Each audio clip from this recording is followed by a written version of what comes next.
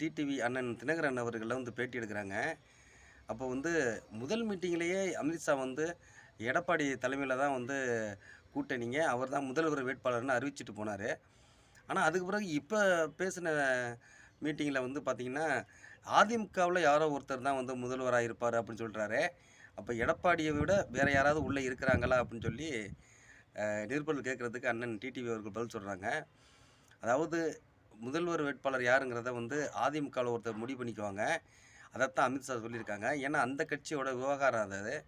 ஏற்கனவே பார்த்தீங்கன்னா, நம்ம ஓபிஎஸ்ஸ வந்து அதிமுகவுல வந்து இணைவாங்களா? இணைப்பீங்களான்னு கேட்கறதுக்கு அமித்ஷா சொன்ன பதில் வந்து, அது வந்து அவங்களுடைய உள்கட்சி விவகாரங்க.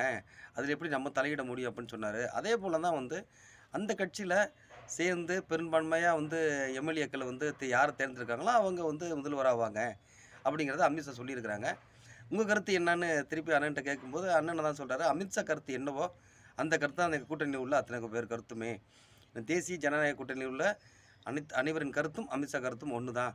அதனால வந்து நீங்க அவர் சொன்ன கருத்த அப்படியே நீங்க வந்து எடுத்துக்க வேண்டியது தான் எங்க கருத்தாவும் அப்படின்னு சொல்றாரு.